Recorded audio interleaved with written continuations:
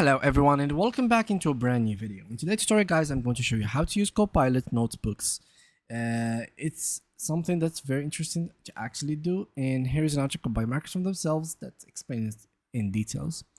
Now, Copilot notebooks are AI-powered workspaces where you can bring together your content and sources so Copilot can understand the full picture and give you more relevant context-aware responses. Now, how do we start doing that? Well, you need to simply go here in this article. You can see Copilot notebooks operate as an intelligent scoped workspace. When you create a notebook, you can literally just create a notebook in Notebook Office, and you can add references such as Word documents, PowerPoint text, Excel sheets, Copilot pages, and more.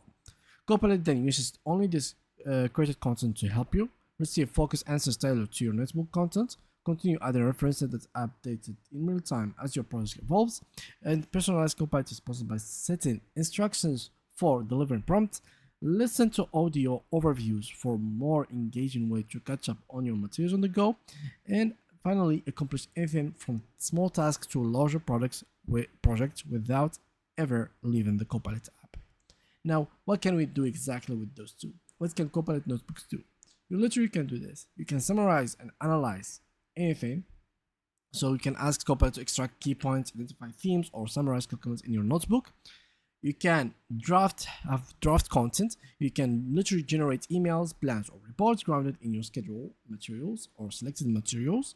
For example, you can go ahead and write down, draft a go-to-market plan using the uploaded product brief and customer feedback. And finally, you can literally have it answer questions or stay in flow.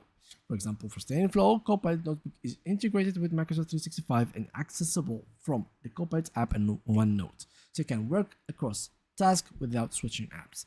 And yeah, that's pretty much it. Thank you guys for watching, and see you guys next upcoming video.